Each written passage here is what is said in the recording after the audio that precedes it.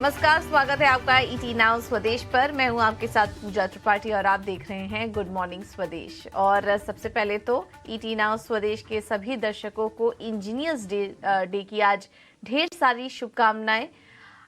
हम देख रहे हैं भारत जिस तरीके से फोकस कर रहा है मैन्युफैक्चरिंग पर, इंजीनियरिंग पर और इंफ्रास्ट्रक्चर पर, जिस तरह से फोकस अब बढ़ा रहा है, उसमें नो डाउट इंजीनियर्स की भी काफ़ी अहम भूमिका है।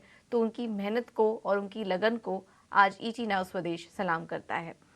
तो इस खास मौके पर आज दिन भर हम इस पर चर्चा करेंगे और कुछ इंटरेस्टिंग जानकारियां भी इंजीनियर्स डे से जुड़ी आपके सामने लाकर रखेंगे। लेकिन चलिए अब शो की शुरुआत करते हैं और सबसे पहले नजर डालेंगे एशियाई बाजारों पर। और आज संकेत काफ़ी अच्छे दिखाई दे रहे हैं एशियन मार्केट से। कल की तरह आज भी सभी इंडाइसेस हरे निशान में ही हैं। गिफ्ट निफ्टी 20,230 के पास इस वक्त कारोबार कर रहा है, हरे निशान में करीब 20 अंकों की तेजी है यहाँ पर।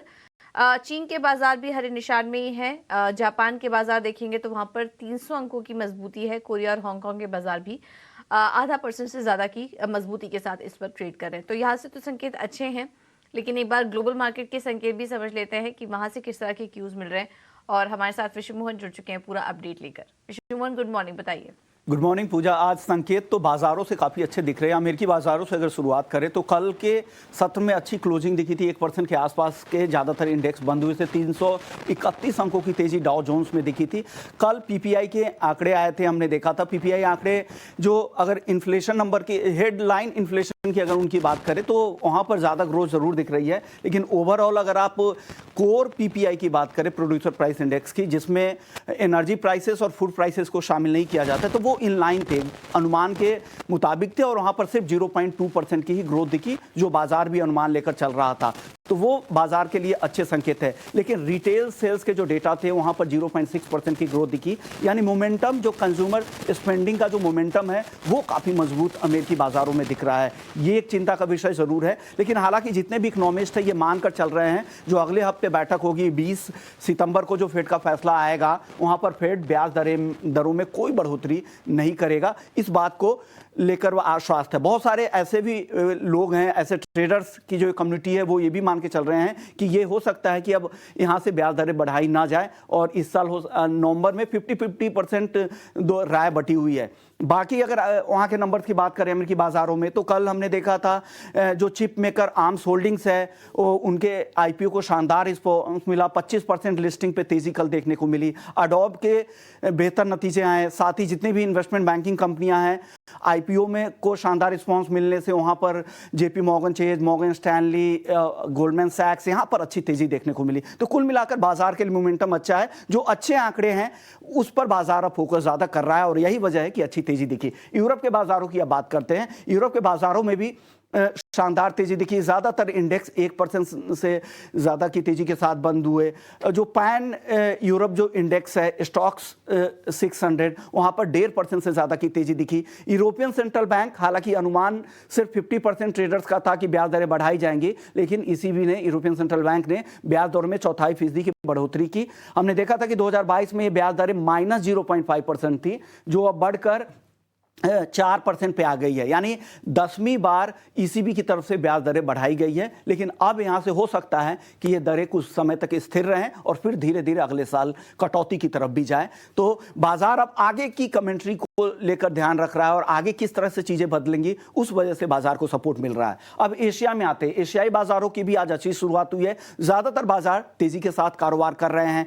कल हमने देखा चीन में फैसला लिया गया कि 15 सितंबर से रिजर्व रिक्वायरमेंट रेशियो यानी आरआरआर में 0.25% वो कटौती करेंगे 15 सितंबर से। और जो आरआरआर का जो रेट है वो 7.4% कर देंगे। ये बैंकों के पास कितना कैश इन हैंड रखना है वो ये दरें बढ़ाता है। तो वो एक अच्छी बात है। अगर वो दरें कम होती हैं तो डेफिनेटली एक मार्केट के लिहाज से अच्छा है, लिक्विडिटी के लिहाज से अच्छा है। और यही है कि यहाँ पे सपोर्ट मिला है। लेकिन चाइना में आज काफ़ी मेजर डेटा है। रिटेल सेल्स के नंबर आने वाले हैं, अनएम्प्लॉयमेंट डेटा आने वाले हैं, इंडस्ट्रियल एक्टिविटीज़ के नंबर आने वाले हैं, होम प्राइस इंडेक्स के नंबर आने वाले। तो आज काफ़ी डेटा ड्रिवन डे रहेगा। चीन के हिसाब से दुनिया की दूसरी सबसे बड़ी इकॉनमी है, तो वहाँ पर दुनिया भर की नज़र है। लेकिन कुल मिलाकर संकेत अच्छे हैं। अन्य संकेतों की बात करें तो डॉलर इंडेक्स 105 के ऊपर फिर से चला गया है। यूएस का 10 ईयर बॉन्ड यील्ड की बात करें तो वो भी 4.27 के आसपास है, तो ये स्थिरता दिख रही है, वहां पर बहुत ज्यादा तेजी नहीं दिख रही। लेकिन डॉलर इंडेक्स ऊपर जा रहा है और एक चिंता घरेलू बाजार के लिए है, वो है कच्चा तेल लगातार ऊपर की तरफ जा रहा है। कच्चे ब्रेंट क्रूड का भाव अब $94 के भी ऊपर चला गया है और फ्रेश 10 महीने के नई ऊंचाई पर अब यहां पर ट्रेड कर रहा है। तो ये कुछ संकेत है घरेलू बाजार के लिए। पूजा, बिल्कुल, तो कच्चा तेल थोड़ी चिंता की बात है और अभी यहाँ पर और तेजी की बात की जा रही है कच्चे तेल में, तो ये थोड़ा कंसर्निंग फैक्टर है। लेकिन बाकी सभी जो संकेत मिल रहे हैं वो अच्छे नजर आ रहे हैं ग्लोबल बाजारों से। बहुत बहुत शुक्रिया विश्व मोहन आपका ये सारी जानकारी देने के लिए। तो जैसा कि हम देख रहे थे, अब अच्छे आंकड़ों पर बाजार फोकस कर रहा है। महंगाई में हल्की बढ़त जरूर आ रही है लेकिन वो एक्सपेक्टेड लाइन पर है। ग्लोबली सेंट्रल बैंक भी अनुमान के मुताबिक ही पॉलिसी डिसीजंस ले रहे हैं, तो वहां से भी कोई चिंता, बहुत बड़ा कंसर्न नजर नहीं आ रहा है। तो फिलहाल मजबूत आंकड़ों पर फोकस है। आगे चीन की तरफ से भी और कई सारे आर्थिक आंकड़े आएंगे, उस पर भी हमारी नजर रहेगी। तो फिलहाल बाजार जो है वो अच्छे इकोनॉमिक डेटा को एंजॉय कर रहा है और इसकी वजह से हम देख रहे हैं कि वहां पर काफी शानदार तेजी देखने को मिली और संकेत भी अच्छे दिखाई दे रहे हैं। चलिए अब भारतीय बाजारों पर रणनीति भी समझेंगे, लेकिन उसके पहले बता देते हैं कि एफआईज और डीआईज के आंकड़े कैसे रहे कल के लिए। तो कल कैश मार्केट में विदेशी निवेशकों की बात करें तो मामूली खरीदारी करके गए। नेट खरीदारी का आंकड़ा नजर आ रहा है 290 करोड़ का। डीआईएस की तरफ से भी काफी मामूली बिकवाली का आंकड़ा है, 50 करोड़ की बिकवाली का आंकड़ा है डीआईएस का। इंडेक्स फ्यूचर की बात करेंगे तो 185 करोड़ की बिकवाली हुई है। इंडेक्स ऑप्शन में, क्योंकि कल निफ्टी एक्सपायरी भी थी, विदेशी निवेशकों ने 17,000 करोड़ की बिकवाली की है। लेकिन हम देख रहे हैं कि यहाँ से बिकवाली का आंकड़ा आ रहा है, बट मार्केट में अपनी ही चाल है और एक तरफा तेजी यहाँ पर बनी हुई है। हालांकि बीच में हमने कुछ मुनाफा वसूली देखी थी, लेकिन कल भी हमने देखा था कि आखिरी कुछ घंटों में बाजार ऊपरी स्तरों पर बंद हुआ। बैंक निफ्टी 46,000 के पास यहाँ पर क्लोजिंग देखने को मिली। तो आज के लिए कौन से लेवल इंपॉर्टेंट रखने हैं? क्या शॉर्ट कवरिंग थोड़ी और देखने को मिल सकती है या फिर तेजी करके चले यहाँ से? ये पूरा हम आंकड़ा समझ लेते हैं और हमारे साथ डिम्पी कालरा जुड़ चुके हैं फोन लाइन पर। गुड मॉर्निंग डिम्पी, बताइए निफ्टी और बैंक निफ्टी के डेटा क्या कह रहे हैं? गुड मॉर्निंग पूजा। कल भी हमने आपके सामने एक पॉइंट रखा था कि मार्केट के अंदर स्विंग आ सकता और एक वो तेज स्विंग आएगा, वो आज भी आएगा। ये बात हमने रखी थी। कल आपने दिन भर देखा कि पहले 5-10 मिनट के बाद वो एक जोर का स्विंग आया।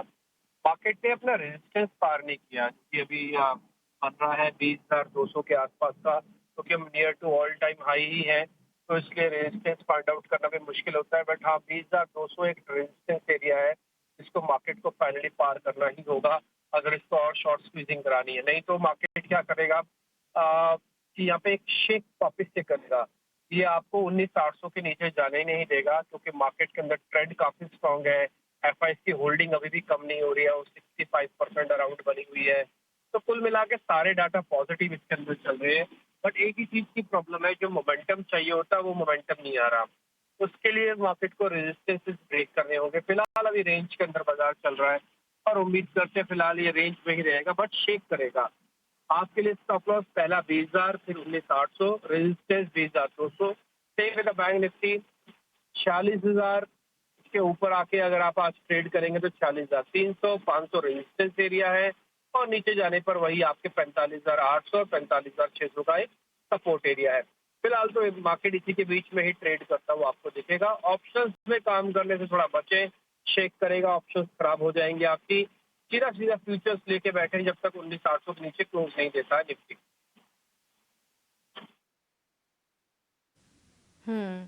ठीक है, तो ये कुछ लेवल्स हैं जिन पर कि आपको नजर रखनी है। बैंक निफ्टी के लिए अब जो ऊपर की तरफ लेवल्स नजर आ रहे हैं वो है 46,200 के, और निफ्टी के भी लेवल्स आपको बता दिए। तो इस रेंज में कारोबार यहाँ पर कर सकता है मार्केट। डिम्पी, बहुत बहुत धन्यवाद आपका ये रणनीति बताने के लिए। तो ये बैंक निफ्टी के सपोर्ट और रेजिस्टेंस लेवल, और निफ्टी के लिए भी देखेंगे तो 19,900 से 19,800 ये एक अहम सपोर्ट है। लेकिन ऊपर की तरफ 20,200 ये एक इम्पॉर्टेंट रेजिस्टेंस के तौर पर काम कर रहा है, जिस पर कि हमारी नजर रहेगी। चलिए अब आगे बढ़ते हैं और मार्केट एक्सपर्ट से भी समझ लेते हैं कि फिर इस माहौल में ट्रेड कहां पर करें। हमारे साथ ध्वनि पटेल जुड़ चुकी हैं फिनवर्सिफाई से। ध्वनि, थैंक यू सो मच इतना स्वदेश को समय देने के लिए। कहां पर ट्रेड करने की राय होगी आज? Good morning. आज मेरी तरफ से जो दोनों ट्रेड रहेंगी, दोनों ही स्विंग ट्रेड्स है। स्टॉक यहाँ पे एक अपनी अपर ट्रेजेक्ट्री बनाए हुए हैं, जहाँ से चैनल के लो से हमें ट्रेड करना है। पहला ट्रेड जो यहाँ पे बन रहा है वो आईजीएल में है, इंद्रप्रस्थ गैस में। करंट लेवल से आप इसके अंदर एंटर कर सकते हैं। स्विंग का जो बॉटम है वहां से स्टॉक ने यहाँ पे एक रिवर्सल लिया है। ऊपर की तरफ का इसका जो टारगेट बनता है यहाँ पे 485 का आपको टारगेट लेके चलना है। आपका स्टॉप लॉस इसके अंदर जो है वो 460 का बनता है। सेम फॉर्मेशन हमें यहाँ पे हिंद कॉपर में भी देखने को मिल रही है। स्टॉक जो है यहाँ पे अपनी मूविंग एवरेजेस के ऊपर चल रहा है और शॉर्ट टर्म की एक अपवर्ड ट्रेजेक्ट्री बनाई हुई है। अपवर्ड चैनल जो है इसके बॉटम से वापस से हमें एक अपवर्ड जो यहाँ पे एक रेजिस्टेंस है वहाँ का एक स्विंग ट्रेड लेना है। टारगेट जो इसका बनता है वो 170 का बनता है और स्टॉप लॉस जो है वो आपको 157 का मेंटेन करना है।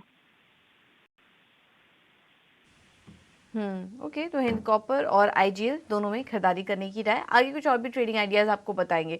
ध्वनि, बहुत बहुत धन्यवाद आपका समय देने के लिए और ये ट्रेडिंग आइडियाज भी हमें सुझाने के लिए। अब आगे बढ़ते हैं और स्टॉक्स न्यूज़ आज क्या क्या होंगी, किन खबरों पर आपको नज़र रखनी है, ये समझ लेते हैं। हमारे साथ आशीषा जुड़ चुकी हैं पूरा अपडेट लेकर। आशीषा, गुड मॉर्निंग, बताइए। जी हाँ, सबसे पहले आईपीओ मार्केट की बात करते हैं। ये मार्केट पिछले कुछ दिनों से बज़ कर रहा है और आज भी कुछ एक्शन देखने को मिलेगा।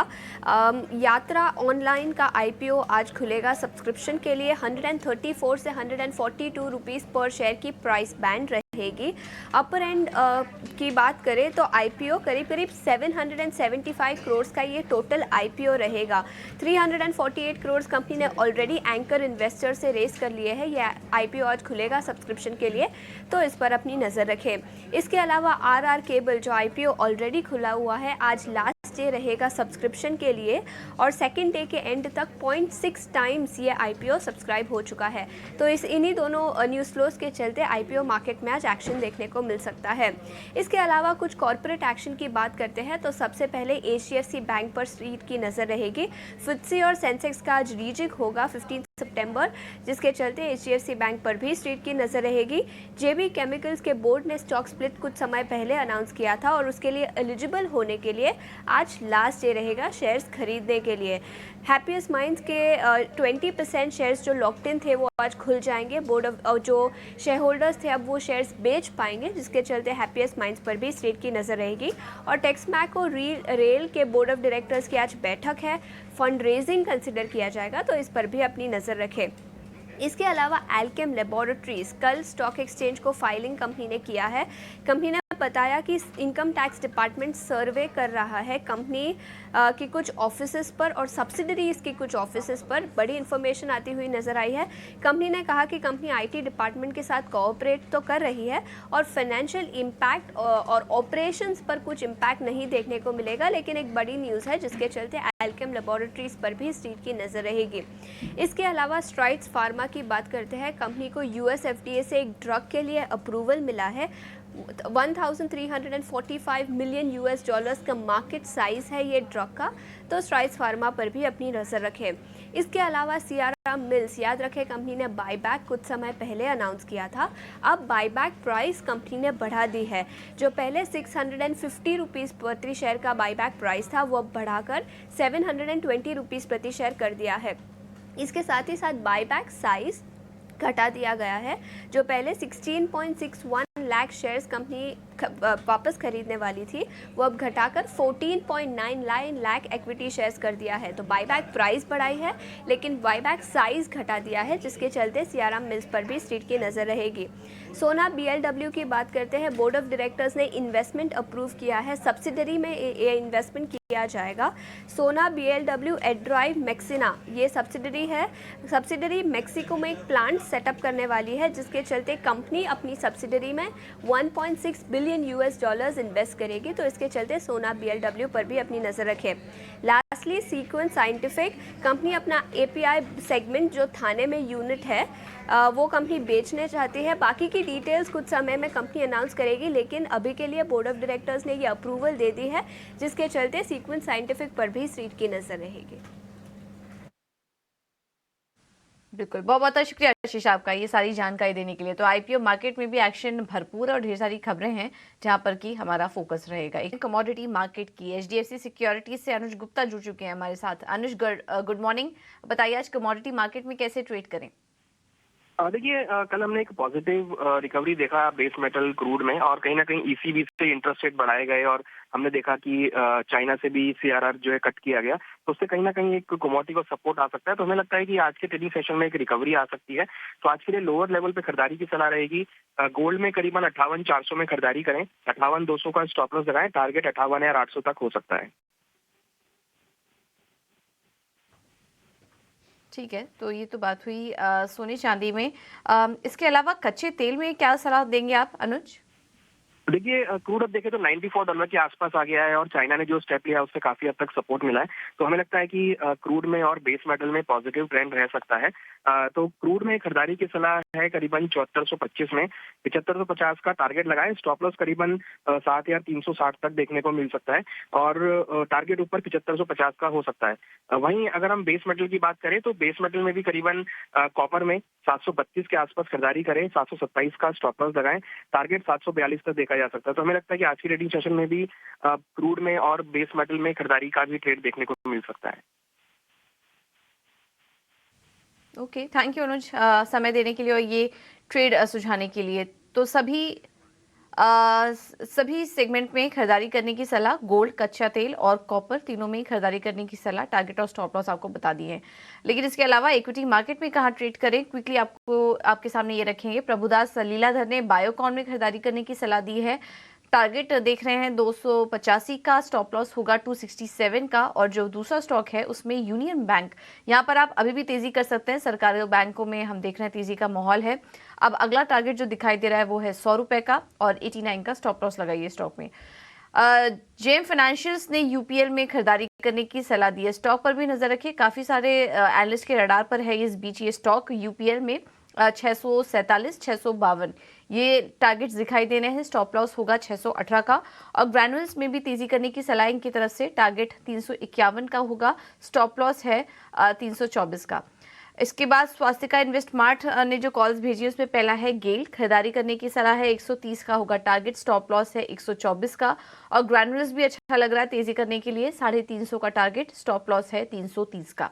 शेर खान ने ओएनजीसी में खरीदारी करने की सलाह दे रहे हैं, ये 195 के टारगेट के लिए, स्टॉप लॉस है 185। भारतीय एयरटेल स्टॉप लॉस 905, टारगेट 930 के लिए आप तेजी करके चल सकते हैं। तो सभी स्टॉक्स में आज तेजी करने की राय। और सुबह जब हमारी ध्वनि से बात हुई थी उन्होंने भी अपने दोनों स्टॉक्स में तेजी करने की राय दी थी, एक बार वो भी देख लेते हैं। हिंदुस्तान कॉपर में भी खरीदारी करने की सलाह थी उनकी तरफ से, टारगेट 170 का, स्टॉप लॉस 157 का। और आईजीएल में भी खरीदारी करने की सलाह थी उनकी तरफ से, 485 का होगा टारगेट, स्टॉप लॉस 460 का। तो करीब 10 कॉल्स आपके सामने हमने रखी, और सभी में आज तेजी करने की राय निकल कर आ रही है। स्पेशली यूपीएल जैसे काउंटर पर नजर रखें, क्योंकि ये बार बार ट्रेडर्स के रडार पर आ रहे हैं। और सरकारी बैंकों में अभी भी एनालिस्ट बुलिश ही नजर आ रहे हैं। यूनियन बैंक में सलाह आज दी है खरीदारी करने के लिए। चलिए अब बात करते हैं ब्रोकरेज रिपोर्ट्स की। वामाक्षी जुड़ चुकी है हमारे साथ बताने के लिए। वामाक्षी बताइए, गुड मॉर्निंग। जी बिल्कुल, शुरुआत करेंगे हम टाटा मोटर्स के साथ। हम देख रहे हैं कि नोमिरा की तरफ से रिपोर्ट आ रही है, और ये हाईलाइट कर रहे हैं कि नेक्सॉन की जो प्राइसिंग है वो काफ़ी आकर्षक है, और इनफैक्ट ये टॉप एसयूवी बन सकती है, ऐसा नोमिरा का मानना है। मेजर फेसलिफ्ट के चलते कंज्यूमर सेंटिमेंट सुधरता हुआ नजर आ रहा है, और ओवरऑल टाटा मोटर्स की जो वैल्यूएशन है ये भी काफ़ी आकर्षक है, जिसके चलते नोमिरा ने टाटा मोटर्स पर खरीदारी की राय को बरकरार रखा है।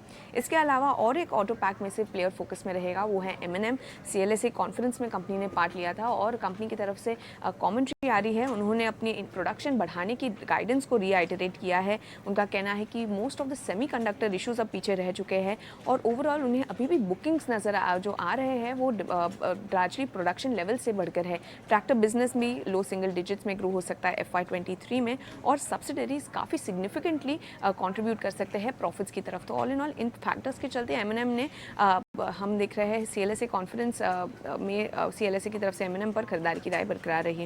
APL अपोलो ट्यूब्स पर नोवामा की तरफ से रिपोर्ट आ रही है। लार्जली हाईलाइट कर रहे हैं कि कंपटीशन ये स्टॉक के मुकाबले काफ़ी पीछे है, ग्रोथ आगे चलते हुए एक्सेलरेट हो सकती है, और इनफैक्ट वैल्यूएशन हाई रह सकते हैं। तो ऑल इन ऑल नोवामा ने APL अपोलो ट्यूब्स पर खरीदारी की राय के साथ कवरेज शुरू की है।